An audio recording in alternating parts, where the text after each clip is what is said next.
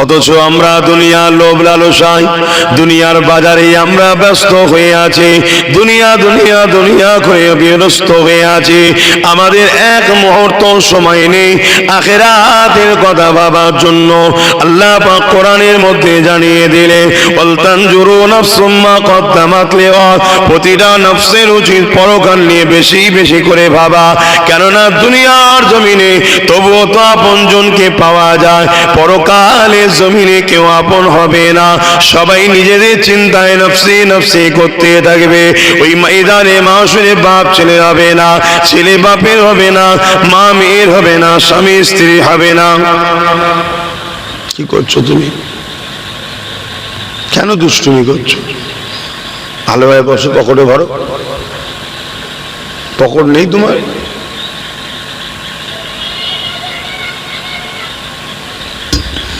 ভুল করনি।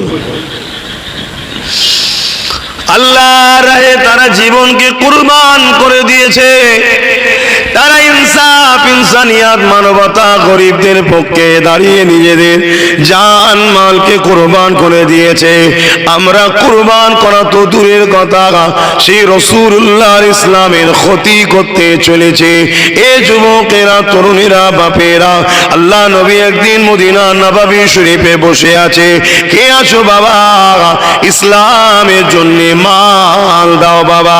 কেননা গোপনে গোপনে ইসলামের দুশ্মনেরা অর্থ জোগাড় করেছে, গোপনে গোপনে ইসলামের দুশ্মনেরা সৈন্য জোগাড় করেছে, গোপনে গোপনে ইসলামের দুশ্মনেরা তারা এমন করে প্রস্তুত নিয়ে নিয়েছে। বাবারা কে আছো? এদের বিরুদ্ধে সংগ্রাম করে ইনসাফ, ইনসানিয়াতকে বাঁচাবে। সাহাবা হুজুরদের মধ্যে একজন সাহাবা এক একটা জিনিস দিতে লেগেছে। কেউ রাসূলুল্লাহ কদমে ঘোড়া দিচ্ছে, উট দিচ্ছে, কেউ অর্থ দিচ্ছে, বিভিন্ন জিনিস দান করতে লেগেছে। আল্লাহ নবী বড় খুশি হতে লেগেছে। ঠিক এমন সময় নবী পাকের নজরটা এক সাহাবীর দিকে পড়ে যায়, যে সাহাবী নাকি রাসূলুল্লাহর এই মাহফিলে বসে বসে কাঁদতেছে। আল্লাহ নবী সাহাবীকে জিজ্ঞাসা করে, এ বাবা সাহাবী, সবাই আল্লাহর রাহে দান করে জান্নাত কিনে নিচ্ছে, তুমি এই রকম একটা সময় কেন কাঁদো বাবা? আল্লাহর রাহে দান করলে তার বিনিময়ে তো আল্লাহ জান্নাত দেয়। তা সাহাবারা দিচ্ছে, আর তুমি এই সময় কাঁদছো কেন? এরকম একটা আনন্দের সময়। ওই সাহাবী বলে, ইয়া রাসূলুল্লাহ, হাবিবাল্লাহ, আমি বড় গরীব, আমার দিবার মতো কিছু নাই। হুজুর, আমার যারা ভাই ভাই রয়েছে তারা দিচ্ছে, বিনিময়ে জান্নাত খরিদ করে নিচ্ছে। আমার এই পরনার চাদরটুকু ছাড়া আর দ্বিতীয় কিছু দিবার নাই। ইয়া রাসূলুল্লাহ, হাবিবাল্লাহ, আমি বড় গরীব, তবে হুজুর আমার ভাইয়েরা আল্লাহর জান্নাত খরিদ করছে, এটা অবশ্যই খুশির বিষয়। তবে এরকম একটা সুযোগকে আমি কাজে লাগাতে পারলাম না, এই জন্য সাহাবী বড় কাঁদতে লেগেছে। এ যুবকেরা, তরুণেরা, সাহাবা হুজুরদের মনটা বড় খারাপ হয়ে গেল। রাসূলুল্লাহর চোখে পানি এসে গেল। আরে আমার সাহাবীদের মধ্যে এত গরীব সাহাবী রয়েছে, যিনার পরনার চাদর টুকুই রয়েছে। আল্লাহ নবীর চোখ দিয়ে পানি বেরোতে লাগলো। ঠিক এমনই সময় সাহাবীটা উঠে দাঁড়িয়ে পড়লে, আসসালাতু আসসালামু আলাইকা ইয়া রাসূলুল্লাহ, হাবিবাল্লাহ, হুজুর আপনি আমাকে একটু ইজাজত দেন হুজুর, আমি একবার ঘরে যেতে চাই। আল্লাহ নবী তাকে ইজাজত দিলেন, যাও বাবা যাও। ঘর বলতে আমাদের মতো ঘর নয়, কোন রকম পাতা দিয়ে ঘেরা, কোন রকম পাতা দিয়ে ঘেরা। ওই সাহাবীটা ঘরের বাইরে পাতা দিয়ে ঘেরা ঘরের বাইরে দাঁড়িয়ে বাসির বলে ডাক দিল। এই হালকা বয়সের ছোট্ট বাচ্চা ছুটে বেরিয়ে জড়িয়ে ধরে আব্বা আব্বা করতেছে। জোরে বলুন সুবহানাল্লাহ। অর্থাৎ ওই সাহাবীর সন্তান।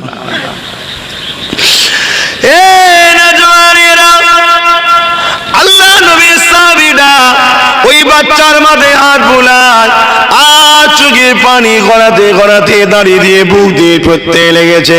কখনো কখনো এক টোপা দু টোপা করে নিজের বাচ্চার মাথাতে পানিটা পড়তে লেগেছে। যখনই বাচ্চার মাথায় পড়তে লেগেছে, বাচ্চা ওই সময় মাথা তুলে বলে, আব্বা আপনি আমাকে বড় ভালোবাসেন আব্বা, কিন্তু আজকে চোখে কেন আপনার পানি আব্বা? আমার মা নাই জমিনে, আপনি আমার মা, আপনি আমার আব্বা, আপনি আমাকে কোনোদিন মায়ের মমতার কমতি দেননি, আজকে কেন বাঁধেন আপনি? কি জন্য আপনার কি হয়েছে আব্বা? ওই সময় নবী পাকের সাহাবী বলে, বাবা ছেলে বাসির, শেষবারের মতো বাপকে দেখে নাও বাবা, আর হয়তো কোনোদিন দেখা নাও হতে পারে বাবা। কেন আব্বা, কি হয়েছে? বাবা ছেলে দয়ার নবী দরবারে বসেছিলাম, আল্লাহ নবী জানিয়ে দিলেন কি আছে বাবা, ইসলামের জন্য মাল দাও, এর বিনিময়ে আল্লাহ তাদেরকে জান্নাত দেবে বাবা। মা সাহাবা ভাইরা এক একজন এক একটা জিনিস দেয়, বিনিময়ে জান্নাত কিনে লায়। এ বাবা ছেলে বাসির, আমি তোমার আব্বা, আমার তো কোনো কিছুই নাই, এই পরনার চাদরটুকু ছাড়া তো কিছুই নাই, তাই আমি বাপ তোমার চিন্তা করেছি, আমি রাসূলুল্লাহ কাছে নিজের জানটাকে দান করে দেব। এ বাবা ছেলে, লড়াইয়ের ময়দানে যাব, ওখানে গেলে তো আর ফিরে না আসতে হতে পারে, তাই বাবা বাসির, তোমার মা তো দুনিয়ার জমিনে নাই, কেউ তোমার সারা নয়, আমি বাপ তোমার ছিলাম বাবা, আমিও চলে যাচ্ছি, না জানি ফিরে যদি না আসা হয় বাবা, তাহলে আর দেখতে পাবে না, তাই শেষবারের মতো তোমার সঙ্গে দেখা করতে এসেছি বাবা। আরে আমার নবীর সাহাবারা কেমন ছিল দেখো, ইসলামের জন্যে, মানবতার জন্যে, সভ্যতার জন্যে, অসহায়দের জন্যে, নারীদের অধিকারের জন্য, গরিবদের সাহায্য করার জন্য, সমাজের মানুষগুলোকে দাসত্ব প্রথার শিকল থেকে আজাদ করার জন্য তারা নিজেদের বাচ্চা পরিবারের কথাও ভাবে না, নিজেদের জানের ময়াও তারা করে না। অথচ আমরা মুসলিম ঘরে জন্ম নিয়ে আজ আমাদের অবস্থাটা কেমন দেখো, নিজেদেরকে আয়নার সামনে প্রশ্ন করবে যে আমরা ইসলামের উপকারের দিকে আছি না ইসলামের ক্ষতিকারকের দিকে চলে গেছি। আশা করছি আয়না থেকে আপনার ছবিটা আপনাকে উত্তর দিয়ে দেবে। যদি বলে ক্ষতিকারকের দিকে চলে গেছে, তওবা করে এখনো সময় আছে, ফিরে আসো। যদি মনে হয় না উপকারের দিকে আছে, আলহামদুলিল্লাহ, কোনো চিন্তা তাহলে নাই। এ যুবকেরা, ওই বাচ্চা তখন কি বলেছিলেন?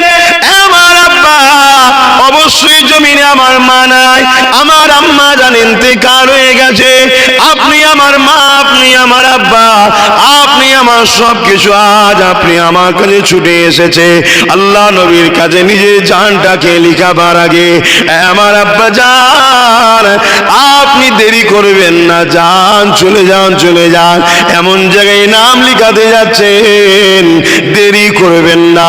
যদি আপনি লড়াইয়ের ময়দানে শহীদ হয়ে যান, কিয়ামতের দিনে আমি বাসির আল্লাহ পাকের কাছে বলবো, আল্লাহ আমার বাপ ছিল না, আমার মা ছিল না, আমার বাপটাই ছিল, আপনার দিনের জন্য যখন বাপকে প্রয়োজন হয়েছিল, আমার কোনো সাহারা না থাকার পরও আমি আমার বাপকে রুকে রাখিনি, আমি আমার বাপকে আপনার রাহে ছেড়ে দিয়েছিলাম। আরো জোরে বলুন সুবহান।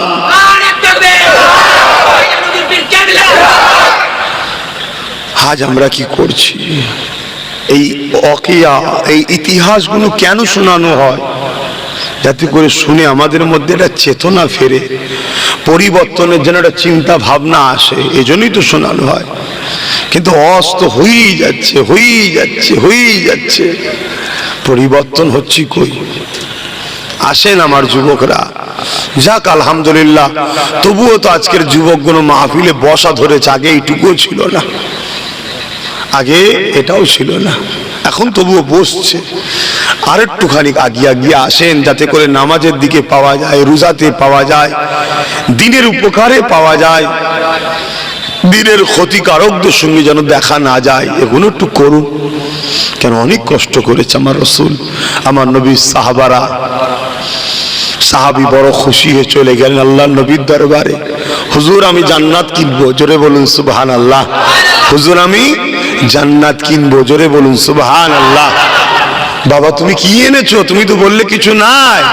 হুজুর আমি আমার জানটাকে লিখে দিতে এসেছি, আমি লড়াইয়ের ময়দানে জান দান করতে এসেছি, জোরে বলুন সুবহানাল্লাহ। আহা, সময় এলো, জালিমদের হামলা শুরু হলো। সাহাবা হুজুররা ডিফেন্সের জন্য দাঁড়ালেন। ইসলাম ডিফেন্স করাকে ফরজ করেছে, জুলুম করাকে হারাম করেছে। জানকে বাঁচাবার জন্য, রক্ষা করার জন্য ইসলাম ফরজ করেছে, আর কারোর উপরে জুলুম করা ইসলাম হারাম করেছে। জুলুমকারী যাবে জাহান্নামে, আর ডিফেন্সকারী যদি শহীদ হয়ে যায় বেহিসাব জান্নাত, যদি গাজী হয়ে আসে মালও পাবে, জান্নাতও পাবে, জোরে বলুন সুবহানাল্লাহ। কথা বুঝছেন? আজ তো আমাদের না জান দিবার স্বপ্ন আছে, না ডিফেন্স করার স্বপ্ন আছে, কোনোটাই স্বপ্ন নাই। কেমন একটা যেন আমাদের জিন্দেগি হয়ে গেছে। আল্লাহ আমাকে হেদায়েত করেন, আমাদেরকে হেদায়েত করেন, বলুন আমিন।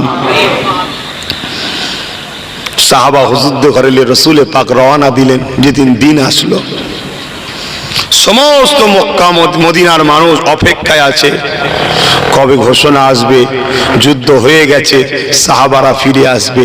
বাসিরও কিন্তু অপেক্ষায় আছে। কি জন্যে? আব্বা জানের জন্য, বাপের জন্য। ছোট্ট বাচ্চা অপেক্ষায় আছে। হা হা, আমাদের ঘরেও বাচ্চা আছে, ভেবে দেখুন। হঠাৎ করে মদিনায় এলান হয়ে গেল, সাহাবা হুজুররা বিজয় হয়েছে, আল্লাহ পাক হককে ফতেহ দিয়েছে, কামিয়াবি দিয়েছে, জালিমরা পরাজিত হয়ে গেছে, সাহাবা হুজুররা ফিরে আসছে।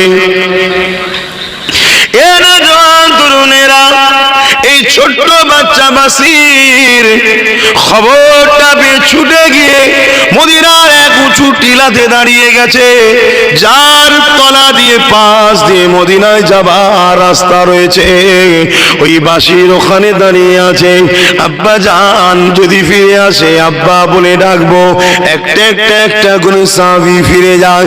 বাসির ওই সাহাবা হুজুরদের মধ্যে নিজের আব্বা জানকে দেখতে পেলেন না। এই যখনই দেখতে পেল না, কচি অন্তরটা কেঁদে উঠলো, চোখ দিয়ে পানি গড়াতে লাগলো, আবার মনকে সান্ত্বনা দিতে লাগলো, হয়তো আমার দেখা ভুল হয়ে গেছে, চলো মদিনার মেন রাস্তার গেটে দাঁড়িয়ে যায়, যেখান থেকে আমার রাসূলুল্লাহ সাহাবা হুজুররা মদিনা নববীতে প্রবেশ করবে।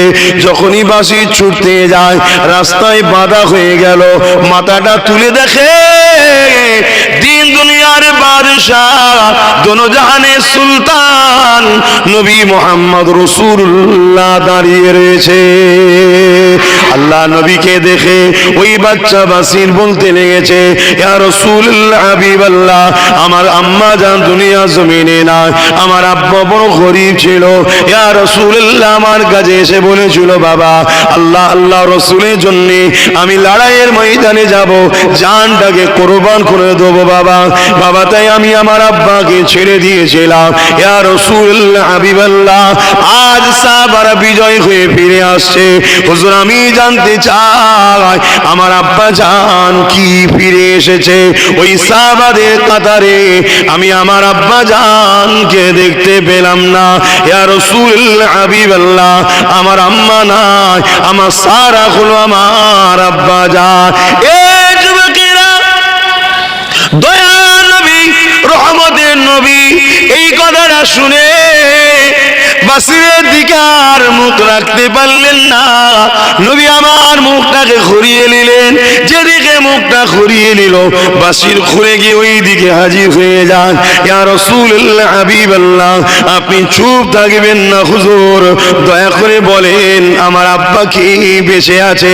আল্লাহ নবী এই ছোট্ট বাচ্চাকে কি জবাব দেবে?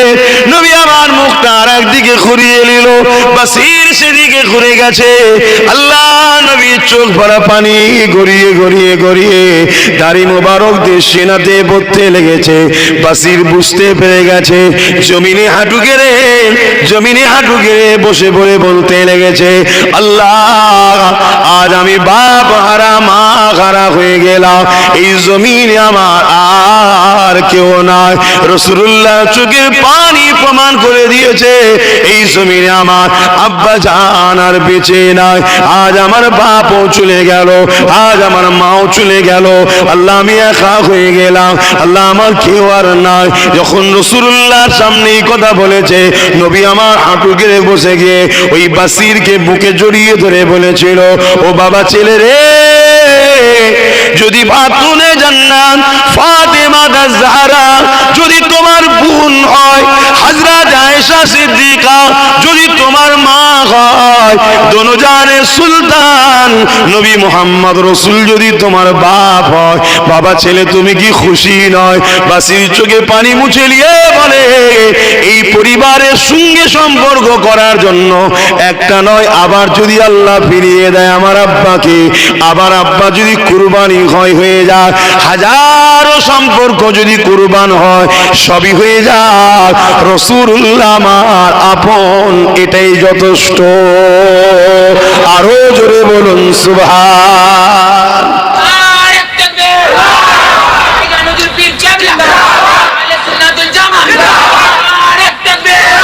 দরুদ শরীফ আল্লাহুম্মা সাল্লি আলা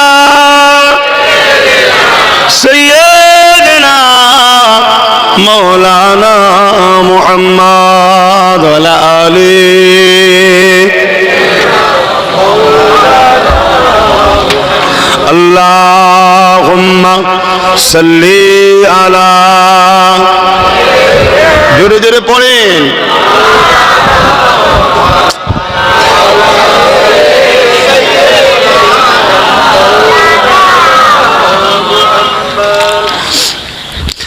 দেখি নাই তোমারে কোনদিন, তবু আছো হৃদয়ে অমলিন। দেখি নাই তোমারে কোনদিন, কোনদিন কোনদিন কোনদিন, হে নবী নবীজি আমার, তুমি আছো হৃদয়ের গভীরে, তুমি আছো হৃদয়ের গভীরে, বলবো বলো তোমায় কি করে। কোরআনের পাঁচ যত খুঁজেছি, হে নবী তোমায় তত চিনেছি। কোরআনের পাঁচ যত খুঁজেছি, হে নবী তোমায় তত চিনেছি। তুমি আছো হৃদয়ের গভীরে, ভুলবো তোমায় বলো কি করে। আল্লাহুম্মা সাল্লি আলা,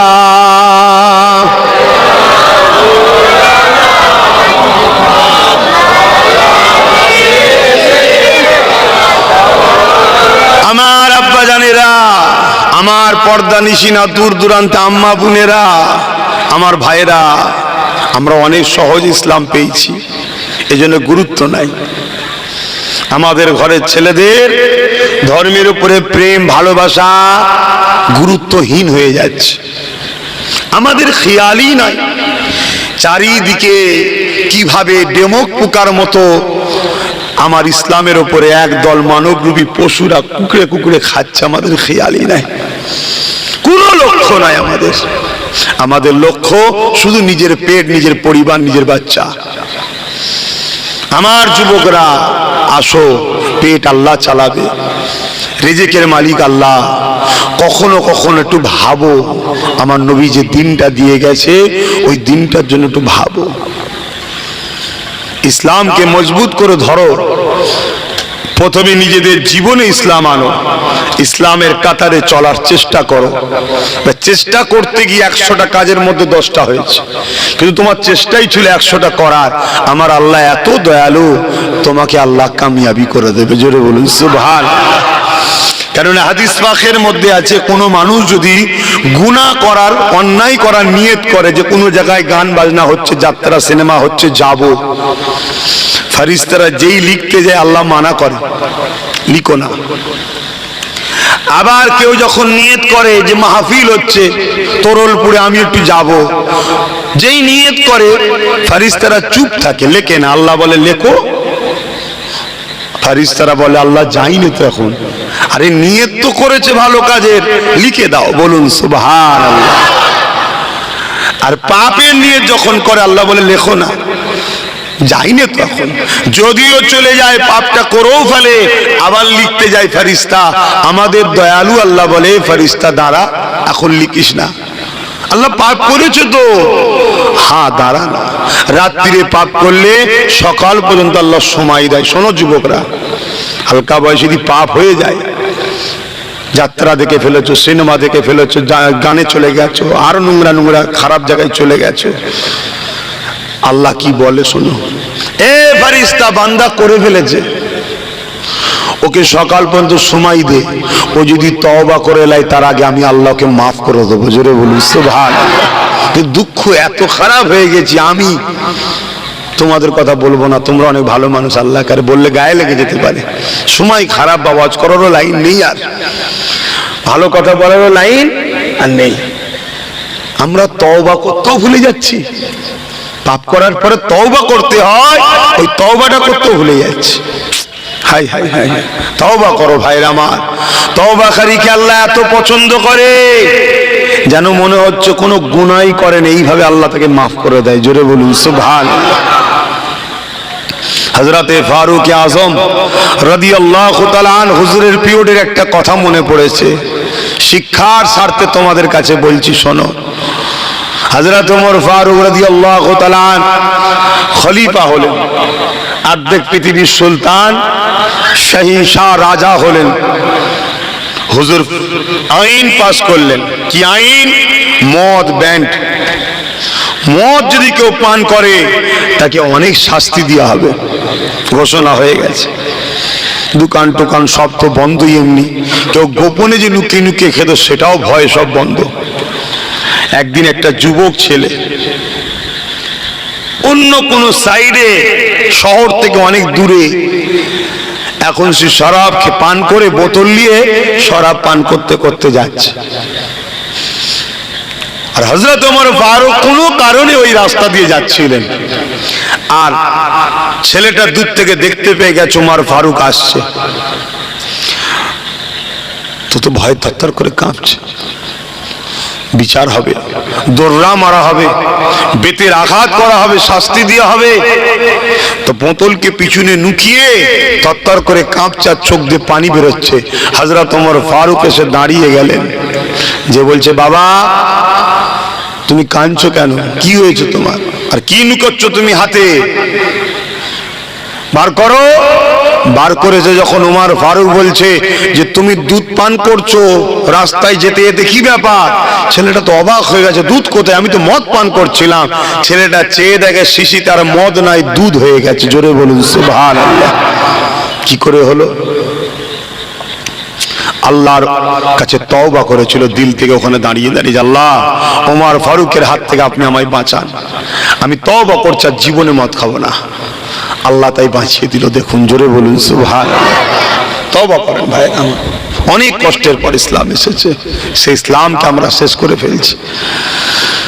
হযরত আবু বকর সিদ্দিক রাদিয়াল্লাহু তাআলা আনহু হুজুরের জিন্দেগি যদি আমরা দেখি, ইসলামের সর্বপ্রথম যিনি ঈমানের কালেমা পড়ে নবীকে রাসূল জেনে আল্লাহকে আল্লাহ বলে দ্বীনে মুহাম্মাদির মধ্যে এসেছিলেন হযরত ওমর ফারুক, হযরত আবু বকর সিদ্দিক যখন রাসূলুল্লাহর পাশে করে নিয়ে কাবা শরীফের পাশে দাঁড়িয়ে আল্লাহর দ্বীনের কথা মানুষকে শোনাতে লেগেছে, ওই সময় তৎকালীন যারা জালিম ছিল হযরত আবু বকর সিদ্দিকের উপরে বড় বড় পাথর নিক্ষেপ করেছিল। ওই পাথরের আঘাতে হযরত আবু বকর সিদ্দিকের শরীর দিয়ে দরদর করে রক্ত ঝরে ঝরে পড়তেছিল। কাবার চাতানে সর্বপ্রথম যে মানুষটা রক্ত ঝরেছে উনি ফুরফুরা জমিনের আবু বকর সিদ্দিক দাদা হুজুর পীর কেবলা 30তম ঊর্ধ্ব পুরুষ ছিলেন। এ যুবকেরা, তরুণীরা, বাপেরা, তিনি আল্লাহর দ্বীনের জন্য এতটা কষ্ট করেছে, এত মার মেরেছিল। হযরত আবু বকর সিদ্দিক অজ্ঞান হয়ে পড়ে রইল। আহারে, ওনাকে তোলার কেউ ছিল না। এমন করে তামিল করতে মানুষেরা হযরত আবু বকর সিদ্দিককে উঠিয়ে নিয়ে গিয়ে ঘরে পৌঁছে দেয়। আল্লাহ পাকের হুকুমে যখন আবু বকর সিদ্দিকের হুঁশটা ফিরে আসে, দেখে মায়ের কোলে মাথা দিয়ে শুয়ে রয়েছে।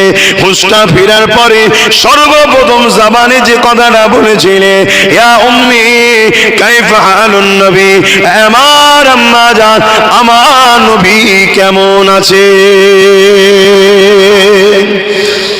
নিজে রক্তাক্ত, নিজের শরীর ফেটে গেছে, পুরো রক্তে ভিজা শরীর, অজ্ঞান হয়ে পড়েছিল, জ্ঞান ফিরেছে, তথাপিও নিজের কথা ভাবছে না।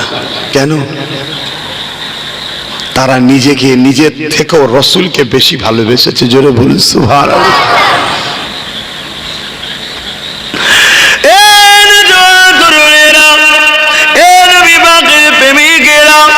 বদরের ময়দানে যখন নবী পাক যাবেন, তার আগে মদিনা নববী শরীফে আল্লাহ নবী সাহাবা হুজুরকে নিয়ে বসে গেলেন। বাবা সাহাবারা খবর পেলেন 1000-এর উপরে জালিমরা সুসজ্জিত অস্ত্র শস্ত্র নিয়ে মদিনা শরীফের উপরে হামলা করবে বলে আগে আসছে। বাবা, মা বোন বেটিদের মদিনাকে রক্ষা করার জন্য, 70 দিনকে হিফাজত করার জন্য বাবারা কে যাবে বলো বাবা? ওই সময় মুহাজিরিন সাহাবাদের মধ্যে থেকে হযরত আবু বকর সিদ্দিক উঠে দাঁড়িয়েছিলেন। ইয়া রাসূলুল্লাহ, হাবিবাল্লাহ, হুজুর আপনি চিন্তা করবেন না, আমরা আপনাকে নবী বলে, রাসূল বলে যেদিন মেনে নিয়েছি, ওই দিন থেকে আমাদের জান মাল, ধন দৌলত, পরিবার, সন্তান আর আমাদের নাই, সবকিছু আপনার কদমে কুরবান করে দিয়েছি। ইয়া রাসূলুল্লাহ, হাবিবাল্লাহ, হুজুর একবার হুকুম করুন কোথায় যেতে হবে, কেন যেতে হবে, কি জন্য যেতে হবে?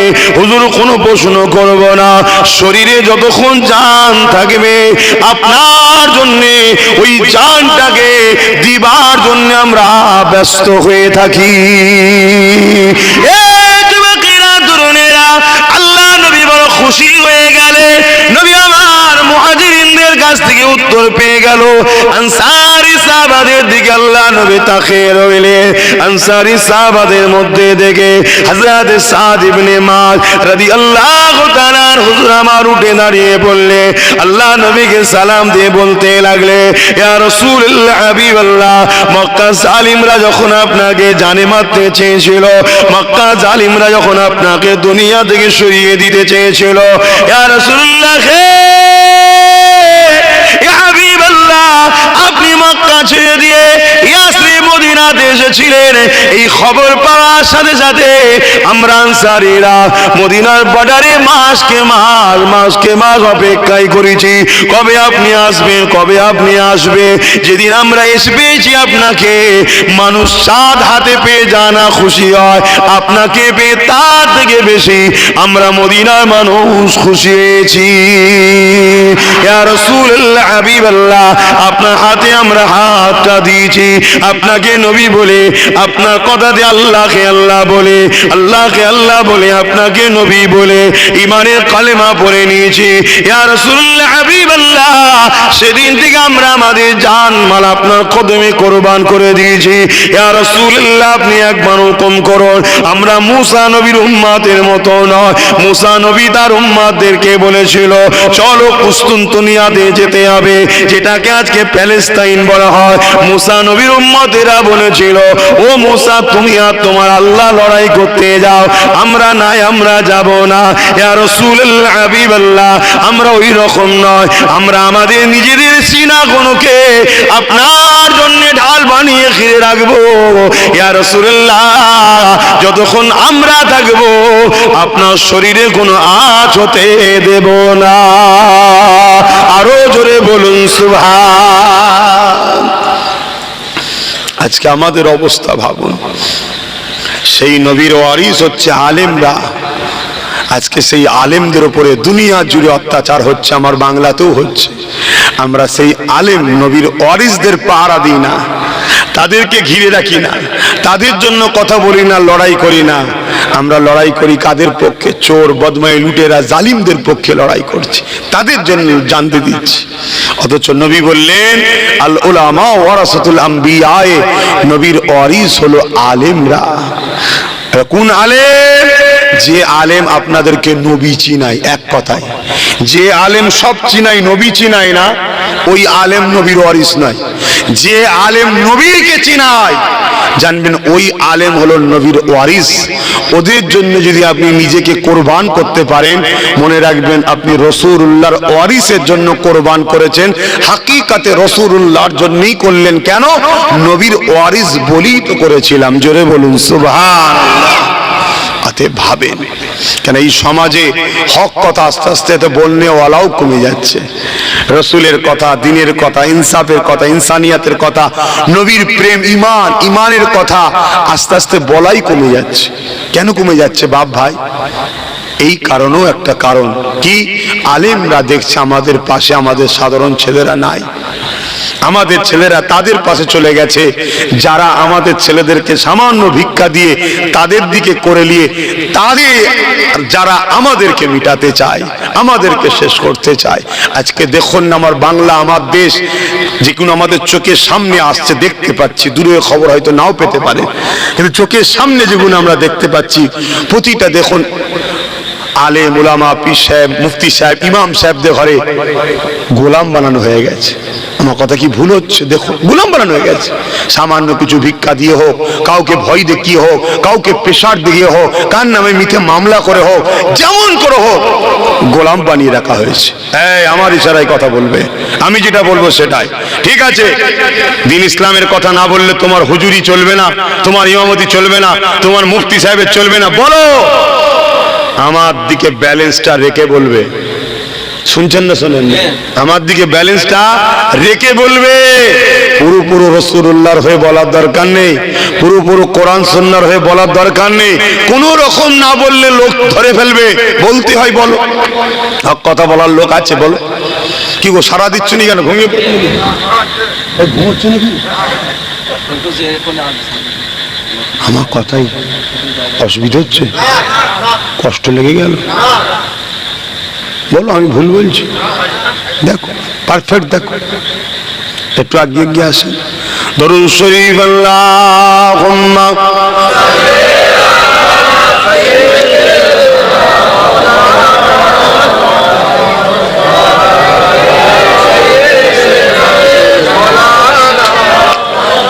আল্লাহুম্মা সাল্লি আলা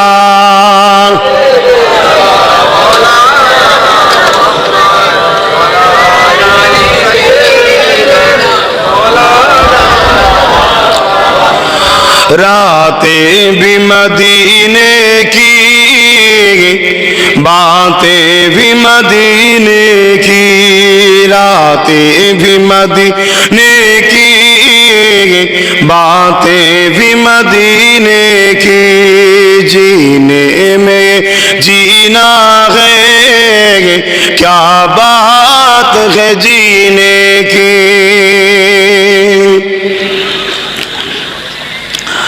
तारीफ के लायक जब अल्फाज नहीं मिलते, तारीफ के लायक जब अल्फाज नहीं मिलते, तारीफ करे कोई किस तरह मदीने की, तारीफ करे कोई किस तरह मदीने की रातें भी मदीने की बातें भी मदीने की जीने में जीना है क्या बात है जीने की वो अपनी निगाहों से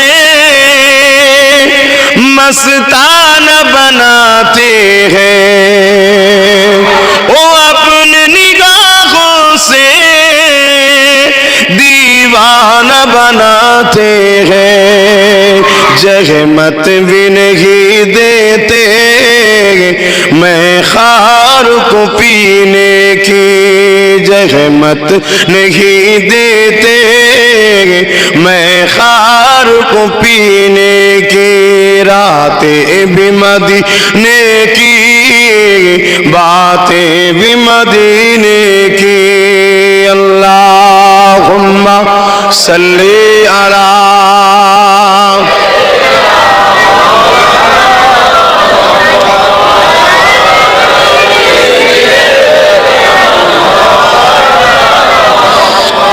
আমার আব্বা জানেরা আমার আম্মা জানেরা বোনেরা ভাইয়েরা আবার বলছি এ দুনিয়া কিন্তু আব্বাস সিদ্দিকীর জন্য চিরস্থায়ী নয় আপনাদের জন্য চিরস্থায়ী নয় চলে আমাকে যেতে হবে আপনাদেরও যেতে হবে কবর কিন্তু বড় একা থাকার জায়গা কবর পোকামাকড়ের জায়গা কবর অন্ধকার জায়গা ওই জায়গায় যাবার আগে ওই জায়গাটাকে ভালো করে যাও যারা রসুলের নয় যারা আল্লাহর নয় এবং আল্লাহ ওয়ালাদের নয় তাদের জন্য কবর বাপ বড় কঠিন হবে আর যারা আল্লাহ ওয়ালাদেরকে ধরে রসুলের প্রেম আদব মর্যাদা ইশক শান মর্যাদাকে শিখেছে প্যার করেছে ভালোবেসেছে আল্লাহকে খুশি করার রাজি করার জন্য হেঁটেছে যে কোনো কাজ করতে গিয়ে আগে ভেবেছে এই কাজে আল্লাহ খুশি না বেজার বেজার তো চলে এসেছে খুশি তো আগিয়ে গেছে জান যাবে খেয়াল করেনি কেস হবে খেয়াল করেনি কথা বুঝছেন না বোঝেন না এখন তো অনেক জলসা মাহফিল করতে গেলেও কেস খেতে হচ্ছে আপনারা জানেন কি জানি না যে জলসা করতে যাবে সেও কেস খাচ্ছে যারা কমিটি তারাও কেস খাচ্ছে কেন আমাদের গ্রামে গ্রামে গ্রামে গ্রামে একটা একটা আন্ডা ঘোলা হয়ে গেছে বুঝতে পারছেন না পারেননি তারা ওই বেঈমানদের সঙ্গে কাঁধে কাঁধ মিলিয়ে আছে বেঈমানদের সঙ্গে হাতে হাত মিলিয়ে আছে বেঈমানদের সঙ্গে সামান্য দুনিয়ার পয়সা টাকার জন্য বন্ধুত্ব করে রেখেছে কথা বুঝে আসছে তাদের ঘরে দিয়ে একটু ঠুকে দিল জলসা কমিটি যখন যে বলবে হারাই কাজ করলি কেন ও মিথ্যা মিথ্যা গিয়ে বলবে আমাকে এই করেছে আমায় মেরেছে আমার মা বোনেদের উপর জুলুম করেছে হান করেছে তান করেছে যারা আল্লাহ ও রসুলের মাহফিল দেয় তারা জুলুমকারী হতে পারে না কথা বলে জুলুমকারী তো এই বেঈমান যে মুসলমান সেজে গাদ্দারি করছে জালিম তো ও কথা বুঝে আসছে এদের বিচার হবে না কি মনে হচ্ছে আপনাদের আমাদের না একটু একটু কেস টেস হয়েছে যাব আবার জামিন হবে বেরিয়ে নাই চলে আসবো মিটে যাবে কথা বুঝছেন না বোঝেন না কমিটি না একটু কষ্ট পাবে কিছুদিন কিন্তু ওই জালিমদের কি হবে ওদেরকে আল্লাহ এমন বিমার দেবে শুনে রেখে দেন মিলিয়ে নেবেন আপনাদের যদি নজরে এরকম কোন আসামি থাকে ফলো রাখবেন তাকে বেশি দিন যাবে না আমি আপনাকে বলছি শোনেন না নবীর মেম্বারে বসে কথা বলছি ফালতু কথা বললে আল্লাহ আমায় ছেড়ে দেবে নাকি আমার ভয় নেই আমি মরবো না আমি তো এক্ষুনি মরে যেতে পারি কোনো গ্যারান্টি যে জানেন পৃথিবীতে সব থেকে লাজুক সম্পর্ক হলো শরীরের সাথে আত্মার কখন যে পালিয়ে যাবে কোনো গ্যারান্টি নাই কোনো গ্যারান্টি নেই খুব তাড়াতাড়ি দেখবেন খেয়াল রাখবেন তাদেরকে খেয়াল রাখবেন যদি নজরে থাকে সব জায়গায় আপনাদের এলাকায় হয়তো নেই অনেক জায়গায় থাকে আমাদের এলাকায় আছে আমাদের এলাকায় আছে আপনাদের এলাকায় হয়তো নাই আমাদের এলাকায় আছে আহা সেই সময় দেখবেন খেয়াল রাখবেন ওদের কি হবে জানেন হয় প্যারালাইসিস হয়ে যাবে নাই কঠিন রোগে পড়ে যাবে নাই বিছানায় পড়ে যাবে বাড়ির লোক লাথি মারবে বিছানায় অনেকে পড়ে, আলাদা জিনিস। বাড়ির লোক পরিষ্কার করে, যত্ন করে, খানা দিয়ে দোয়া করে, আর একে বুঝা মনে করবে বাড়ির লোকের। হ্যাঁ বাবু, কে ওটা? কাকে দেখাচ্ছ তুমি আমায়? আবার এত দেখার শখ? হ্যাঁ, যাক, ভালোবাসে, কিন্তু ধর্মসভা তো একটু শোনেন মন দিয়ে, মন ওই দিকে চলে যাবে। হারা দেখতে পাচ্ছি না আমি কি বলছি, আপনি শুনতে পাবেন না, কথা মিস হয়ে যাবে না। শোনেন, এমনও হবে দেখবেন জন ছেলেটা মরে গেছে, শুনছেন? জন ছেলে মরে গেছে, হঠাৎ করে শুনবেন পাগলা হয়ে গেছে, ছাদ থেকে শুধু লাভ মারতে যাচ্ছে, বাড়িওয়ালা ধরে চেন দিয়ে বেঁধে রেখেছে। আরে কি খবর রে? না, শহীদান হুজুরদের জলসায় পাল্লা দিতে গেছিল, সাইজ করতেছে। শুনছেন না? শোনেন? হ্যাঁ, সব জায়গায় মাথা গরম করতে নেই বাপ, সব জায়গায় মাথা গরম করে বুকা। এরকম সব হচ্ছে, আপনারা জানেন কি জানি না, এটা প্ল্যান। হঠাৎ করে শুনবেন আমার ঘরে দুই একজন জন্ম নিয়েছে, গ্রামে মন টানাটানি করেছে, কিচ্ছু টানা নাই, এরা বাহানা, টুক করে গিয়ে মসজিদের নামে কেস করে দিয়েছে 144 ধারা। মসজিদে ঢুকলেই পুলিশ পাচা লাল করে দিচ্ছে। কি ব্যাপার রে, কি হয়েছে? মসজিদে কেস আছে। কে করলো? আপনার পাড়ার একজন ঘোলা আন্ডা। বুঝতে পারছেন কেন? ও মুনাফিক, ইসলামের দুশমনদের থেকে টাকা লাই। এরকম, এটা কি নতুন না, আগেও হয়েছে?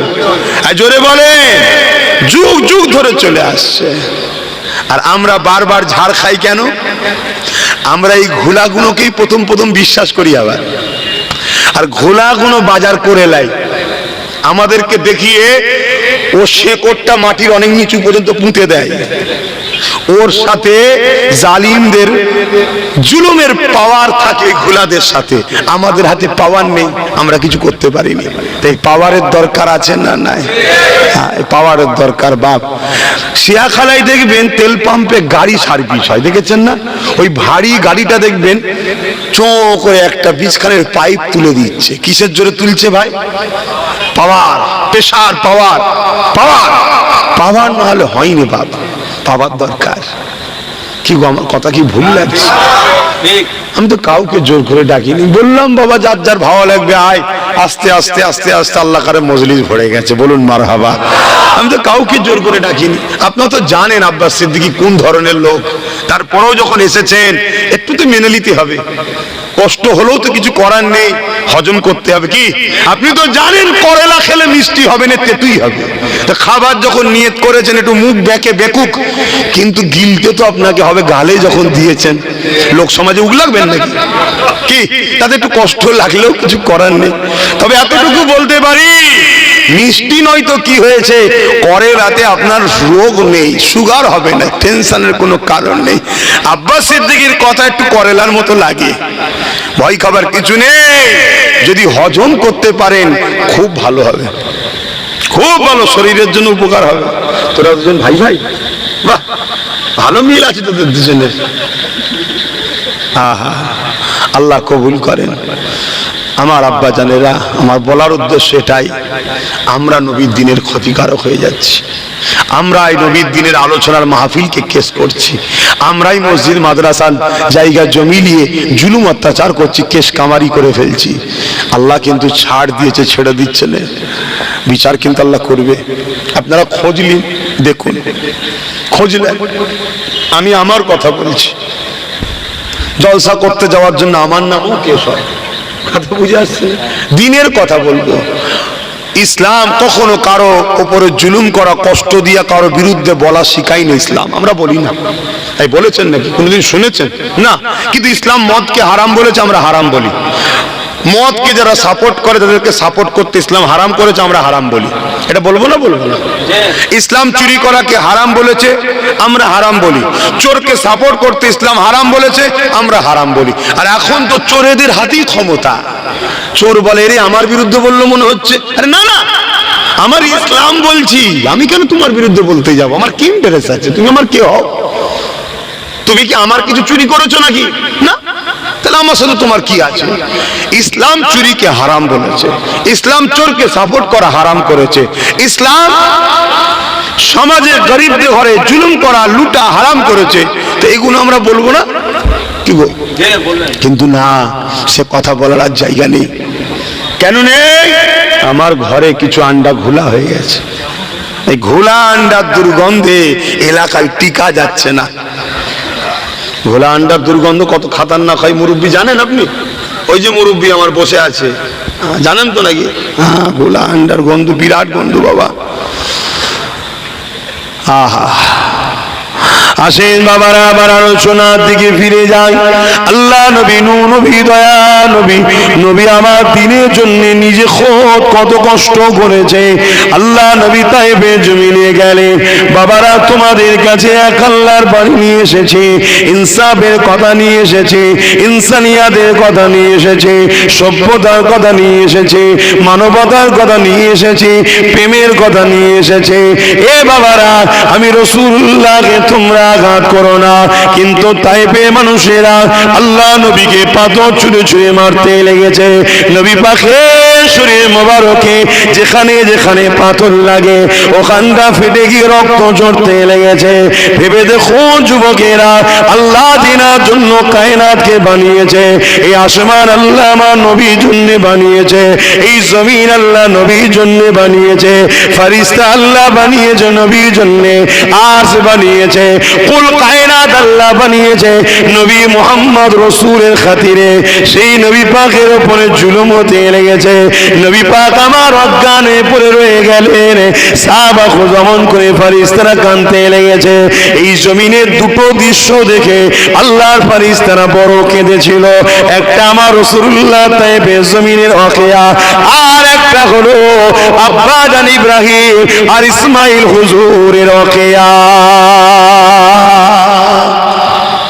ফেরেশতারা পর্যন্ত কেঁদেছে, কিন্তু আমাদের দিল এত পাষাণ হয়ে গেছে। আমরা জলসা করি, একদল লোক মন দিয়ে শোনে, আমাদেরই মজলিসে বসে থাকা একদল ছেলে মোবাইল নিয়ে ব্যস্ত থাকে, হাসাহাসি করে, এদিক ওদিক তাকায়, দেখে খুব দুঃখ লাগে। আল্লাহ, এত খারাপ হয়ে গেল আমাদের ঘরের ছেলেগুলো। হ্যাঁ জানি গুনাহ করে ফেলেছে, গুনাহ তো আমারও আছে, নেই আমি তো তোমাদের থেকে বেশি গুনাহগার, কিন্তু এত খারাপ হয়ে গেল। যেখানে একটা রাসূলের কথা হচ্ছে, আল্লাহর কথা হচ্ছে, ইমামদের কথা হচ্ছে, ওলিদের কথা হচ্ছে, সুহাদাদের কথা হচ্ছে, ও যদি শুনে নাও মান চলতে পারে, শোনার মুহূর্ত তোর মধ্যে একটা টেনশন, চিন্তা, পরিবর্তন দেখা দরকার ছিল, ওইটুকুও নাই। কি কঠিন সময় এসে গেল। আল্লাহ,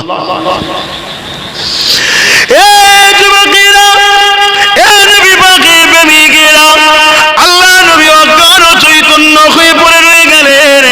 আল্লাহ নবী শহীদের রক্ত ঝরতে লেগেছে, ফেরেশতারা কাঁদতে লেগেছে। ও রব্বি আল্লাহ পাক, আপনার হাবিবের উপরে কত জুলুম হয়েছে, আপনার হাবিবের উপরে কত অত্যাচার হচ্ছে।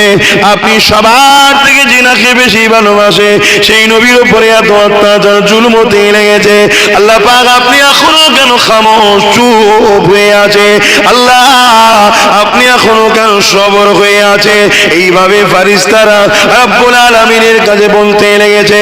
আমার আল্লাহ পাক জানায়, এ আমার ফেরেশতারা, দুনিয়া জমিনে যাও এবং পাহাড় চালক ফেরেশতাকে সাথে করে নিয়ে যাও, আর এমন করে তাইফের মানুষগুলোকে ওই দুই পাহাড়ের বিচখানে চেপে দিয়ে মেরে দাও, বা পাহাড়টাকে তুলে তাইফবাসীর উপরে চেপে দিয়ে মেরে দাও। আমি আল্লাহ ইজাজত দিয়ে দিলাম।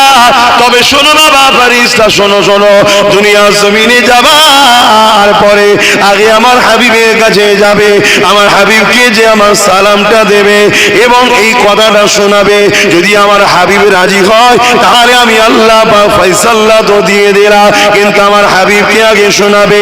এই যুবকেরা, তরুণেরা, আজ আমরা এত অন্যায় করে, আজ আমরা এত জুলুম করি, আজ আমরা এত অত্যাচার করি, এখনো কেন আসমান থেকে ইট বৃষ্টি হয়নি? এখনো কেন আসমান থেকে পাথর পড়েনি? এখনো আসমান থেকে কেন অ্যাসিড পানি পড়েনি? এখনো কেন বিপদ আপদ আসেনি? এখনো কেন আযাব আসেনি? এর কারণ একটাই হলো, নবী আমার রওজা মুবারকে আজও কাঁদতেছে। আরো জোরে বলুন সুবহান।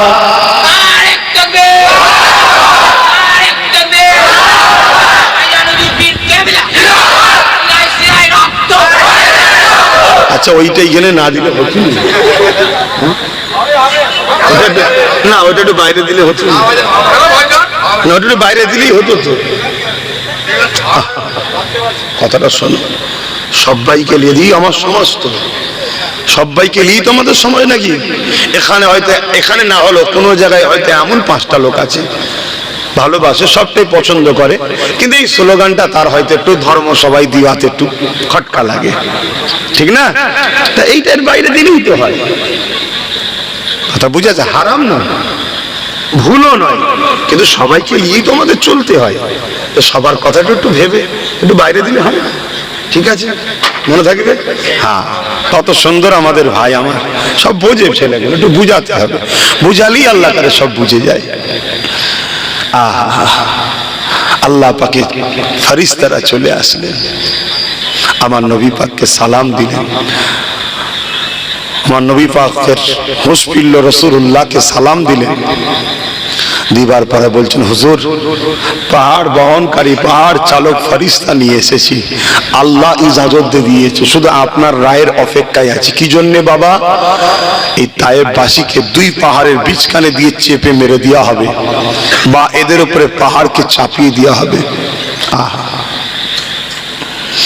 মুসলমান ঘরের ছেলে মেয়েরা, তরুণেরা, ও আমার নবীর উম্মত উম্মতিরা, আমার নবী পাক কতটা দয়ালু নবী দেখো। এর জানেরা ওমার সাল্লাল্লাহু ইল্লা রাহমাতাল লিল আলামিন, আমার নবী পাককে আল্লাহ তামাম আলেমের জন্য রহমত করে পাঠিয়েছে। আমার নবী পাককে যখনই ফেরেশতায় কথা শোনালো, আল্লাহ নবী চোখ দিয়ে পানি ঝরতে লাগলো, নবী আমার সিজদায় পড়ে গেলেন, আর এক রাতের মধ্যে রয়েছে নবী আমার হাত উঠাতে লাগলেন, হে আল্লাহ আপনি আপনার ফেরেশতাদের ইজাজতকে ফিরিয়ে নেন, আল্লাহ আপনি এদের উপরে পাহাড়কে চাপিয়ে দেবেন না, আপনি এদেরকে শাস্তি দেবেন না, এদেরকে 2 পাহাড়ের বিচখানে দিয়ে মেরে দেবেন না। আমি রাসূলুল্লাহকে চিনতে পারিনি, আল্লাহ আমি রাসূলকে যদি চিনতে পারতো, আমাকে আঘাত দিত না, আমাকে ভালোবাসা দিত, পেয়ার করতো। আল্লাহ আমি নবী পা মনে করি, যদি এরা চিনতে নাও পারে, এদের ছেলে ছেলে ছেলে একদিন না একদিন আমি রাসূলুল্লাহকে নবী জেনে আমাকে পেয়ার করে, আপনাকে আল্লাহ জেনে আপনাকে পেয়ার করে, নিজেদের ধন দৌলত জান মাল সব কিছু আপনার জন্য কুরবান করে দেবে। আল্লাহ পাক আমি রাসূলুল্লাহ দোয়া করি, এদের উপরে আযাব দেবেন না, এদেরকে শাস্তি দেবেন না, এদেরকে আঘাত দেবেন না। এ যুবকেরা, তরুণেরা, আমার নবী পাক যদি সেদিন দোয়া না করে বদদোয়া যদি করে দিত, তাহলে তুমি আমি দুনিয়া দেখতে পেতাম না, তুমি আমি ইসলাম পেতাম না, তুমি আমি মানবতা পেতাম না। আমার আব্বা জানেরা ছেলেদের সম্মান যে পাচ্ছে এটা পেতেন না, মায়েরা বাচ্চাদের যে সম্মান পাচ্ছে এটা পেতেন না। আমার নবী পাকের দয়া, আল্লাহ রাব্বুল আলামিন আমার নবী পাকের দোয়া কবুল করেছে।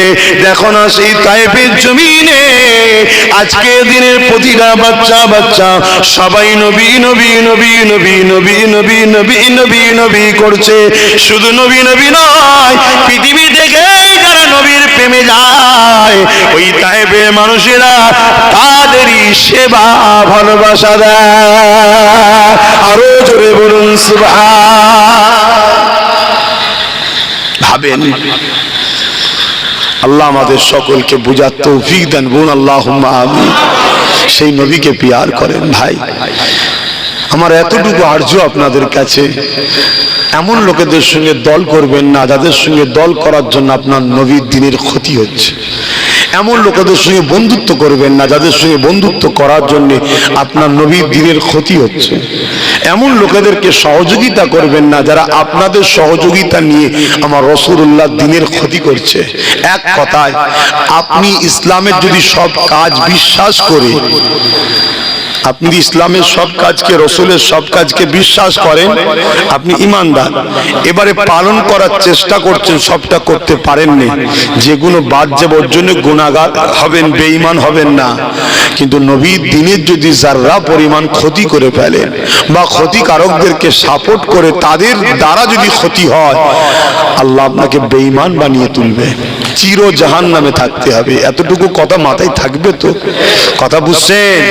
জানের মায়া করেননি, এ জান তোমার নয়, তোমাকে দেওয়া হয়েছে, এ ফিরিয়ে নেওয়া হবে। এনার মালিক, এই জান সৃষ্টির মালিক আল্লাহ, কারো কথা শুনবে না। তোমার আমার সঙ্গে 30 বছর, 40 বছর, 50 বছর, 60 বছর, 70 বছর, 80, 90 বছর আছে। একবার কেউ বলো তো দেখি, 1 সেকেন্ডের জন্য কারো কথা শুনবে? বলেন, কারো কথাই চলেনি বাবে, একমাত্র আল্লাহর কথা শোনে। এর মায়া করে আল্লাহর বিরোধী হয়ে যাও না, এর মায়া করে রসুলের বিরোধী হয়ে যাও না, এর মায়া ছেড়ে দিয়ে আল্লাহ ও রসুলের বিরোধী হও, এ তোমাকে মায়া করবে। জোরে বলুন সুবহানাল্লাহ। তোমার শরীরে পরকালে নয়, কবর থেকেও তোমার শরীরে থাকার জন্য আল্লাহকে বলবে যে আল্লাহ, ওই শরীরটা বড় ভালো শরীর ছিল, তোমাকে বড় পিয়ার করতো, তোমার হাবিবকে বড় পিয়ার করতো, আমাকে বড় ভালো লেগেছে। আবার আল্লাহ কবরে তোমার শরীরে এই জানকে ফিরিয়ে দেবে, তুমি কবরে টাটকা থাকবে। জোরে বলুন সুবহানাল্লাহ। এবং আল্লাহ তোমাকে কবরে খাবারও দেবে, তুমি ওই রিজেক্টটা খেতেও থাকবে। জোরে বলুন সুবহানাল্লাহ। কারো মাথায় যদি আসে, খাই তো প্রয়োজন হয়, পেশাব পায়খানা করে কোথায়? কেন? মায়ের পেটে তো খেয়েছিলাম, প্রয়োজন হয়েছিল। জান্নাতেও তো খাবে, পেশাব পায়খানা প্রয়োজন হবে, শুধু ঢেকুর তুলবে, হজম হয়ে যাবে। জোরে বলুন সুবহানাল্লাহ। আল্লাহ এই নিদর্শন ছোট ছোট বাচ্চাদের দেখিয়েছে না? দেখায়নি। খাওয়া দাওয়ার পরে পিঠে দেখবেন হালকা করে বাড়িয়ে দেয় বাচ্চাদের। কেন? ঢেকুরটা মানে ডাক্তার বলছে চিন্তানি হজম হয়ে গেছে। বলুন সুবহানাল্লাহ। এটা দেখাচ্ছে যে আল্লাহ এইটা পারে এখানে, সেই আল্লাহই তো কবরে তার মাহবুবদের ঘরে খাইয়ে থাকে, জিন্দা রাখে, আর একটা ঢেকুর তোলাই হজম হয়ে যায়। জোরে বলুন সুবহানাল্লাহ।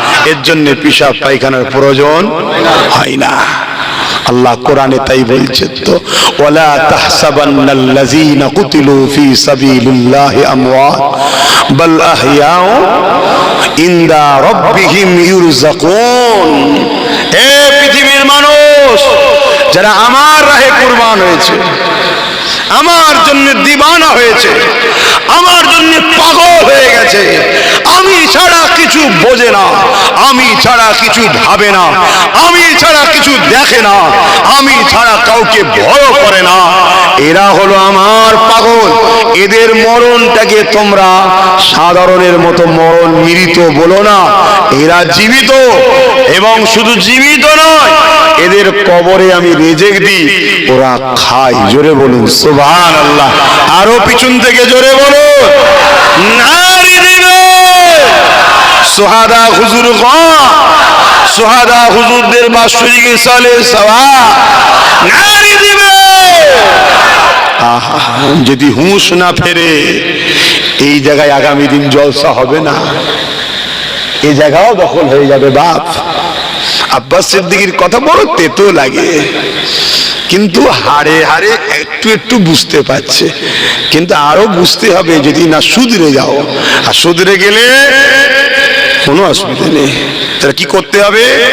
একটাই কাজ করতে হবে। কি কাজ? মুহাম্মদ রাসূল ছাড়া দ্বিতীয় কেউ নাই আমাদের। জোরে বলুন সুবহানাল্লাহ। বাস চলতে ফিরতে, উঠতে বসতে, খেতে শুতে, ব্যবসা বাণিজ্যে, কারবারে, সংসারে, অর্থনীতিতে, রাজনীতিতে, পরিবার নীতিতে, রাষ্ট্রনীতিতে, সমাজনীতিতে, আত্মনীতিতে, সম্প্রীতি নীতিতে, অন্য ধর্মের মানুষের সঙ্গে মানব বন্ধন নীতিতে, সব জায়গাতেই মুহাম্মদ সাল্লাল্লাহু আলাইহি ওয়াসাল্লাম হুজুর যেভাবে বলেছে সেইভাবে, হুজুর যেভাবে নিষেধ করেছে ওইভাবে নয়। এতে কার ভাই মনে লাগবে, কার লাগবে না দেখার। কেন? হুজুরের কথা ছাড়া অন্য কথা কামিয়াব নয়। একমাত্র রাস্তা কামিয়াব মুহাম্মদ রাসূল। জোরে বলুন সুবহানাল্লাহ। দেখো না, আমেরিকা চাঁদে যাচ্ছে, চীন চাঁদে যাচ্ছে, অনেক কিছু মিসাইল টিসাইল, পরমাণু বোমা টোমা, এদেশ দখল ওদেশ দখল সব করতে পেরেছে। স্বামী স্ত্রীর ডিভোর্স বন্ধ করতে পেরেছে? কথা বলছে না তো? বাপ বেটার মধ্যে মিল দিতে পেরেছে? কোন সংসারের মধ্যে শান্তি দিতে পেরেছে? সমাজে চোর বন্ধ করতে পেরেছে? খুন, রেপ, ধর্ষণ, চুরি, ডাকাতি? 1450 বছর আগে মোহাম্মদ রসুল মদিনাকে শিখিয়ে দিয়ে গেছে। সেদিন থেকে আজকে পর্যন্ত মদিনাতে রেপ তো দূরের কথা, কোন নারীকে ইফটিজিংও করা হয় না। কোন নারীকে ইফটিজিংও করা হয় না। নজরে একবার পড়লো আলহামদুলিল্লাহ, আলাদা কথা, নজর আল্লাহ দিয়েছে, আলাদা কথা। দ্বিতীয়বার ঘুরে কোন নারীর দিকে তাকানো হয় না। কেন? মেন্টালিটি তৈরি ছোটবেলা থেকে বাপ মা করে দিচ্ছে, এমন ভাবে তৈরি হচ্ছে। হ্যাঁ, নিজের স্ত্রীকে দেখে, নিজের স্ত্রী সুপি প্যার করে, নিজের স্ত্রীকে জান বানিয়ে রেখেছে। নিজের স্ত্রী অন্য নারীর দিকে কখনো অভদ্র নজরে, ইফটিজিংয়ের নজরে, খারাপ নজরে দেখেন। রেপ তো দূরের কথা, চুরি তো দূরের কথা, ধোকা তো দূরের কথা, প্রতারণা তো দূরের কথা, চিটিংবাজি তো দূরের কথা, খুন তো দূরের কথা। কোন রকম ভাবে অশান্তি ফিতনা কিছু নাই। কেন? মোহাম্মদ রসুলের স্টাইলে চলছে। জোরে বলুন সুবহানাল্লাহ, আরো জোরে বলে। একটা সেকেন্ডের জন্য কোন দুবাই একটু সরেছে, কি খোদার গজবটা হলো দেখলেন না? হ্যাঁ, অতএব বাপ ভাইরা, বুঝার হয় তো বুঝুন, আর না বুঝার হয় আল্লাহ যেদিন বুঝাবে সেদিন তো আর উপায় থাকবে না। আসুন দয়ার নবীকে একটু সালাত ও সালাম দেবো, আর একটু আগিয়ে আগিয়ে চলে আসবেন। ইয়া নবী সালাম